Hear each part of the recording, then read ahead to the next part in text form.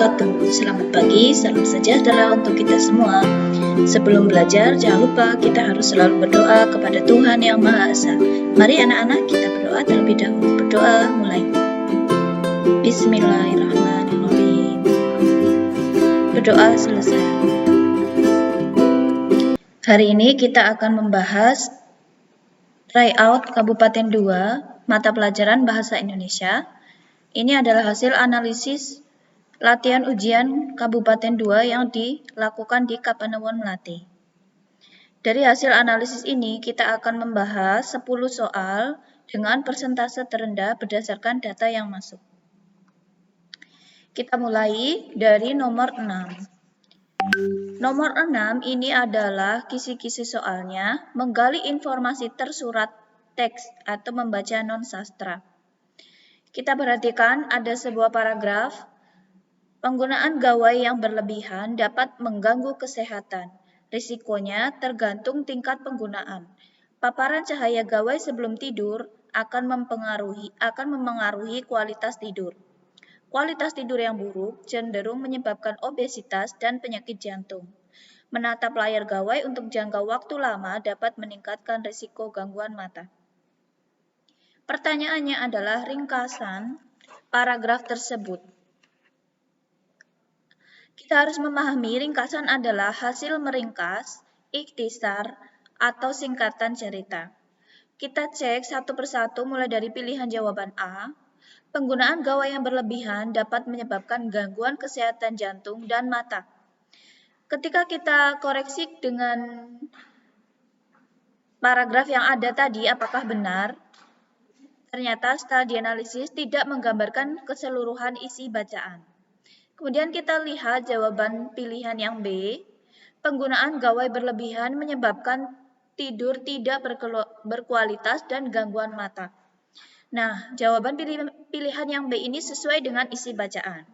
Kenapa tidak memilih jawaban C dan D? Kita cek. Jawaban C, kualitas tidur yang buruk cenderung menyebabkan obesitas dan risiko penyakit jantung. Di pilihan ini tidak menjelaskan atau menggambarkan isi bacaan. Dan yang pilihan D, risiko gangguan kesehatan mata tergantung tingkat paparan cahaya saat menggunakan gawai. Ini juga tidak sesuai dengan isi bacaan. Jadi kamu harus benar-benar memahami bacaan tersebut terlebih dahulu sebelum mengambil ringkasannya. Kita lanjutkan ringkasan soal nomor 8. Kita baca dulu. Kisi-kisinya adalah mengidentifikasi jenis teks membaca non-sastra. Jenis teks ini masih sering salah dari latihan tryout Kabupaten 1 dan sekarang Kabupaten 2. Kita baca dahulu. Penyakit tuberkulosis bisa menular kepada siapa saja. Gejala tuberkulosis ditandai dengan batuk berdahak terus-menerus lebih dari 2 minggu. Penderita mengeluarkan dahak bercampur darah disertai demam berkepanjangan. Pengobatan penderita tuberkulosis dilakukan secara teratur. Penderita tuberkulosis seharusnya menutup mulut sewaktu batuk dan tidak meludah di sembarang tempat. Taatilah protokol pencegahan tuberkulosis agar kita terhindar dari penyakit tersebut. Ini ada pilihan jawabannya, jenis paragrafnya adalah persuasi, A, B, deskripsi, C, argumentasi, dan D, eksposisi. Kita harus ketahui jenis-jenis paragraf agar dapat menjawab soal ini. Jenis paragraf narasi itu adalah ciri-cirinya berisi tentang pemaparan kronologis atau cerita. Kemudian untuk paragraf deskripsi ini adalah tentang penggambaran atau pengamatan.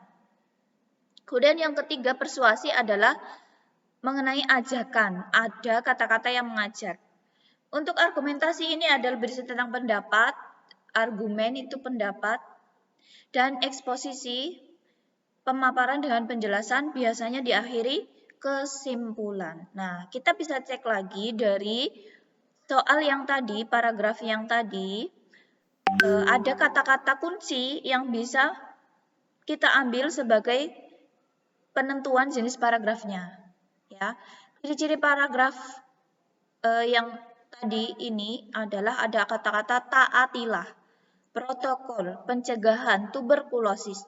Maka ciri-ciri paragraf itu sesuai dengan yang persuasi, karena ada kalimat ajakan.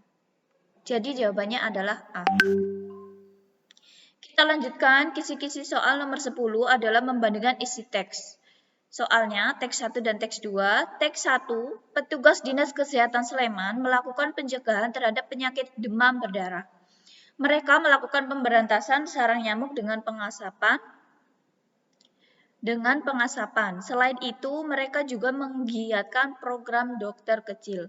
Dokter kecil diberi buku pegangan tentang pemberantasan nyamuk dengan insektisida.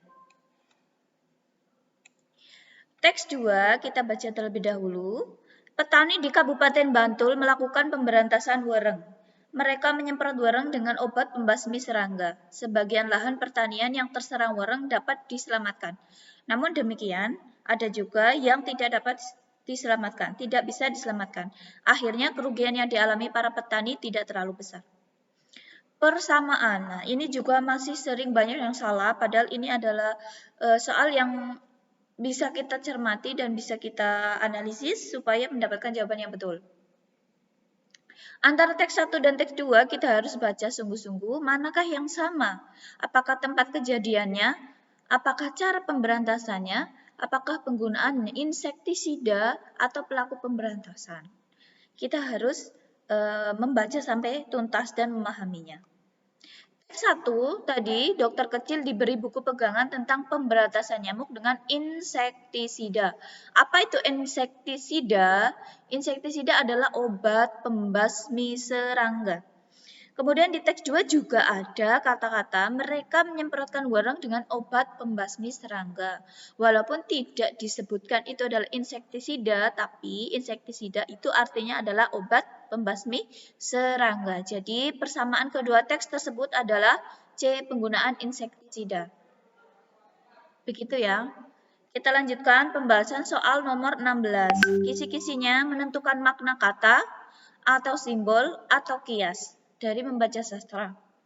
Kita perhatikan ada sebuah soal di sini. Jauhku melalang buana hingga tak terbatas raga. Habiskan masa kerja dunia, kejar dunia, kadang lupa sanak saudara. Banyaknya bujuk dan goda jika jiwa merah putih terpatri pada rayuan Pulau Kelapa. Makna kias kata Pulau Kelapa pada puisi tersebut. Jadi ini adalah puisi yang menggunakan makna kias.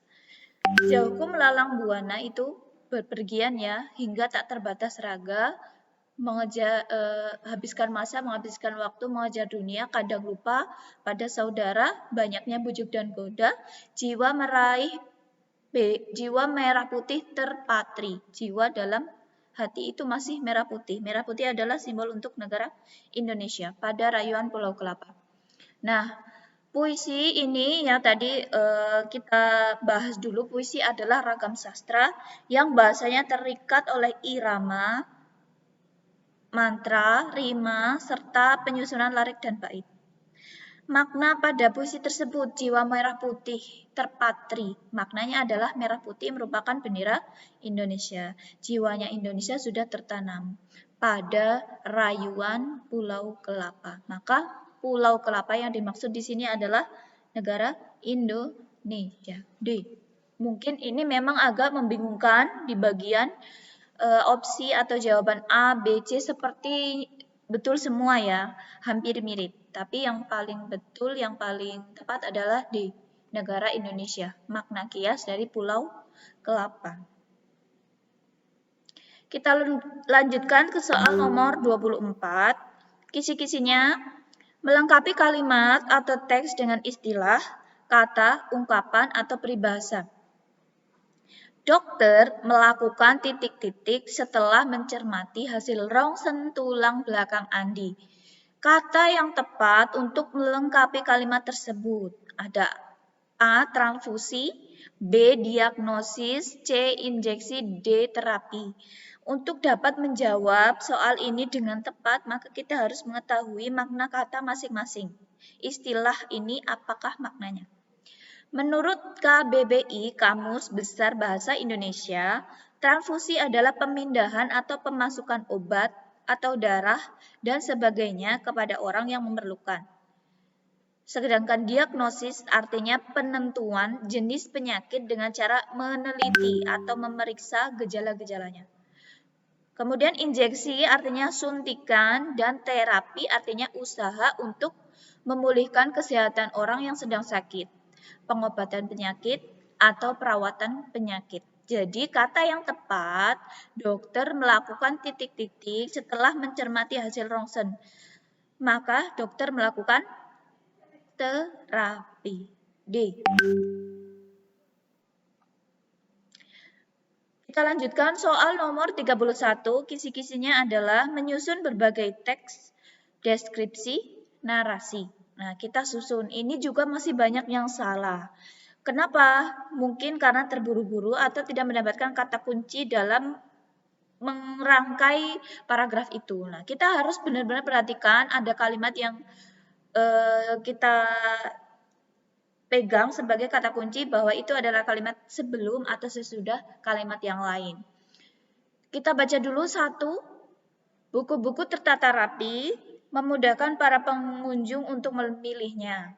Kedua, buku fiksi, non-fiksi, sampai ensiklopedia tersaji di rak buku. Yang ketiga, setiap hari banyak orang berkunjung ke sana. Yang keempat, koleksi buku di Taman Bacaan Cendekia sangat lengkap. Langkah menyusun paragraf deskripsi adalah yang pertama, cari terlebih dahulu kalimat utamanya. Ini yang pilihan A, B, C, D itu semuanya adalah nomor 4. Ini lebih mudah ya. Nomor 4 kalimat utamanya. Koleksi buku di Taman Bacaan Cendekia sangat lengkap. Lalu pilihan B, A, B, C, D itu hanya ada 2 dan 3. Kita ke 2 dulu atau ke 3 dulu? Koleksi buku lengkap. Kita ke buku fiksi, non-fiksi sampai ensiklopedia tersaji di rak buku dulu atau setiap hari banyak orang berkunjung ke sana. Mana yang lebih tepat? Nah, kalimat kedua harus sesuai dengan kalimat pertama tadi ya. Jadi, kalau kita mau menyusun paragraf itu harus kalimatnya nyambung. Kalau tidak nanti akan menjadi kurang sesuai atau kurang pas. Maka yang benar adalah kita harus mengambil setelah 4 koleksi buku di Taman Bacaan Cendekia sangat lengkap, kita ke 2 dulu. Buku fiksi, non-fiksi, itu kan koleksinya ya. Dijelaskan di kalimat kedua, buku fiksi, non-fiksi, sampai ensiklopedia tersaji di rak buku. Baru nanti ke kalimat selanjutnya adalah 3 dulu atau 1 dulu. Kita ke 1 dulu, buku-buku tertata rapi, memudahkan para pengunjung untuk memilihnya. Setiap hari banyak orang berkunjung ke sana. Ya, yang lebih nyambung itu adalah yang 1 dulu. Jadi urutannya adalah 4, 2, 1, 3.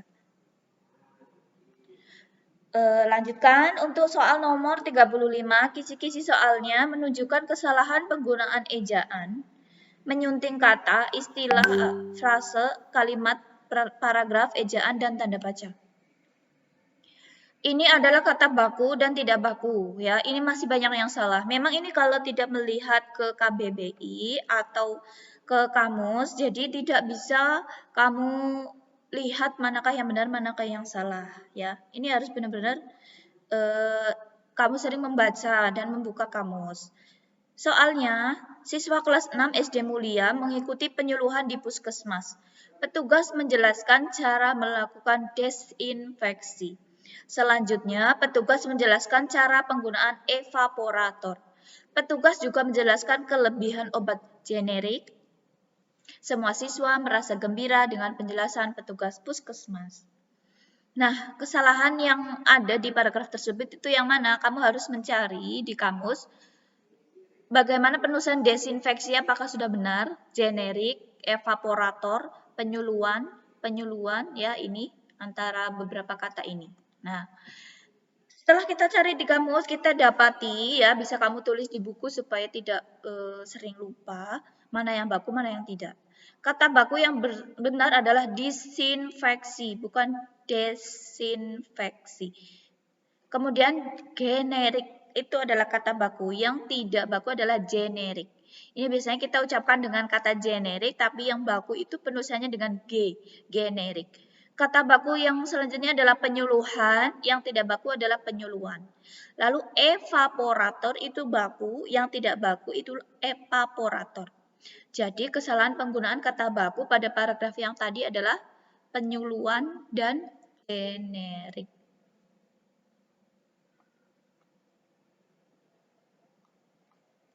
Soal nomor 38, kisi-kisinya menggunakan ejaan, menyunting kata atau istilah, frase, kalimat, paragraf, ejaan, dan tanda baca. Ini masih ada hubungannya dengan yang tadi ya. Nah, soalnya begini, sejak masih sekolah dasar, Hasna suka pelajaran bahasa Indonesia. Ini tentang penggunaan huruf kapital. Oke, kita cek. Sejak masih sekolah dasar, Hasna suka pelajaran bahasa Indonesia. Menurut PUEBI, Pedoman Umum Ejaan Bahasa Indonesia, huruf kapital dipakai sebagai huruf pertama semua kata, termasuk semua unsur bentuk ulang sempurna dalam nama negara, lembaga, badan, organisasi, atau dokumen, kecuali kata tugas, seperti di, ke, dari, dan, yang, dan untuk. Misalnya, Republik Indonesia menuliskan R besar, kapital, dan I Indonesia juga kapital. Majelis Permusyawaratan Rakyat Republik Indonesia. Ini yang dicetak miring ini adalah huruf-huruf kapital yang seharusnya. Dan contoh-contoh sampai selesai. Lalu huruf kapital dipakai sebagai huruf pertama nama bangsa, suku bangsa, dan bahasa. Misalnya bangsa Indonesia, yang besar yang kapital hanya Indonesianya, bangsanya ini tetap memakai huruf kecil. Lalu suku Dani, suku S-nya kecil, Dani, D-nya kapital. Bahasa Bali juga yang besar hanya Balinya. Catatan, ini harus juga kalian catat. Nama bangsa, suku bangsa, dan bahasa yang dipakai sebagai bentuk dasar kata turunan tidak ditulis dengan huruf awal kapital. Ada kata ini ya turunannya. Misalnya, pengindonesiaan kata asing. Indonesianya ini tetap kecil. Ke Inggris-Inggrisan ini juga Inggris I-nya kecil. Walaupun itu nama negara ya. Tapi karena ada kata turunannya tidak ditulis dengan huruf kapital. Kemudian ke Jawa-Jawaan juga. Jadi penggunaan huruf kapital yang tepat untuk kalimat yang ini sejak masih sekolah dasar itu sejak S-nya kapital, masih sekolah dasar. SD, sekolah dasar ini tidak disingkat, jadi S-nya kecil, dasarnya juga kecil. Hasna, nama orang, maka juga menggunakan huruf kapital. Suka pelajaran bahasa Indonesia. Bahasa Indonesia. Ini adalah nama pelajaran. Pelajarannya kecil, bahasa Indonesianya kapital B dan I-nya. Soal nomor 39, kisi-kisinya memperbaiki kesalahan penggunaan ejaan. Masih seperti yang tadi ya, ini masih banyak yang salah. Satu kecamatan, satu Kapanewon ini masih banyak yang salah. Kongres Pemuda menghantarkan generasi penerus bangsa berpikir nasional. Perbaikan ejaan. Nah, ini manakah ejaan-ejaan yang salah? Sepertinya sudah betul ya, tapi ternyata ada yang salah. Kongres Pemuda mengantarkan generasi penerus bangsa berpikir nasional. Kata baku kongres itu betul, kata yang tidak baku adalah kongres. Lalu berpikir itu adalah kata baku, yang tidak baku adalah berpikir. Jadi ini antar ya, antar itu adalah bawa, artinya bawa, kirim. Hantar itu meletakkan dengan sembarang letak, dan hantar itu juga menyalurkan. Ini di sini adalah menghantarkan. Apakah betul menghantarkan atau mengantarkan? Yang paling tepat. Antar artinya bawa, kirim, hantar itu meletakkan dengan sembarang letak dan menyalurkan. Jadi mana yang lebih tepat di kalimat ini? Kongres Pemuda mengantarkan atau menghantarkan? Yang paling tepat karena sesuai dengan maknanya adalah Kongres Pemuda membawa generasi penerus bangsa berpikir nasional ya. Ini mengantarkan kita pakai kata yang antar, bukan hantar. Hantar itu berbeda dengan antar. Jadi perbaikan ejaan yang benar adalah Kongres Pemuda. Kongres ini tetap tidak kongres. mengantarkan, bukan menghantarkan generasi penerus bangsa berpikir nasional. D. Lalu soal nomor 48, kisi-kisi soalnya menentukan unsur intrinsik karya sastra. Bisa konflik, amanat, tema. Nah, ini adalah yang ditanyakan tema. Masih banyak yang salah karena mungkin ada pengecoh yang bisa mengacaukan pilihan kalian. Nah, kalian harus cermati terlebih dahulu. Kita baca dulu paragrafnya. Cori adalah kecoa yang cerdik. Ia memiliki saudara kembar bernama Coro. Berbeda dengan Cori, Coro adalah kecoa yang lugu. Suatu ketika, keduanya pergi mencari makan bersama. Sebuah lemari baju menjadi sasaran empuk mereka. Cori, ayo kita pulang. Aku sudah kenyang, seru Coro. Sebentar, aku mau membawa pulang sebagian makanan ini, jawab Cori. Keduanya lantas pulang. Ayah dan ibunya menyambut dengan gembira. Cori membagi sebagian makanan kepada orang tuanya. Jangan habiskan makananmu. Simpan sebagian, Cori, kata ayah. Bagi juga untuk Coro. Jangan kau habiskan sendiri, ibu menimpali. Cori dan Coro segera masuk ke kamar. Tampak sisa makanan berserakan di kamar Cori. Ia tak membersihkannya. Berbeda dengan Coro. Kamarnya selalu bersih. Tidak tampak sisa makanan yang berserakan. Esok paginya, Cori berteriak mengagetkan semuanya. Semut merah memenuhi kamarnya. Bahkan badannya penuh luka karena gigitan semut. Ayah dan ibu segera menolongnya. Nah, kamu sudah membaca cerita ini, lalu kamu diminta untuk menentukan temanya. Tema apa yang ada pada cerita tersebut? A. Kegemaran, B. Persahabatan, C. Peristiwa, atau D. Lingkungan. Kita cek dulu. Tema cerita itu apa? Ia adalah gagasan pokok yang terkandung dalam karya sastra. Contoh tema itu adalah yang masih umum ya. Contoh seperti lingkungan, budi pekerti, kegemaran, persahabatan, dan lain-lain. Tema cerita tersebut adalah lingkungan karena di dalam cerita menceritakan tentang kebersihan. Tidak ada yang menceritakan tentang hobi, minat, bakat, jadi bukan tema kegemaran.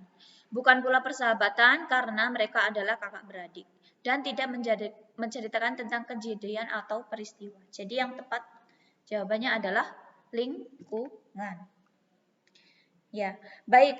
Jadi tadi sudah kita bahas 10 soal yang dianggap sulit oleh rata-rata siswa di Kapanewon Melati. Kamu semua silakan bisa memperhatikan, memahami, dan juga mencatat supaya tidak lupa. Dan ketika lupa, kamu bisa membuka kembali bukumu. Sekian ya pembahasan bersama Bu Indah untuk kali ini. Kita akhiri dengan doa bersama-sama.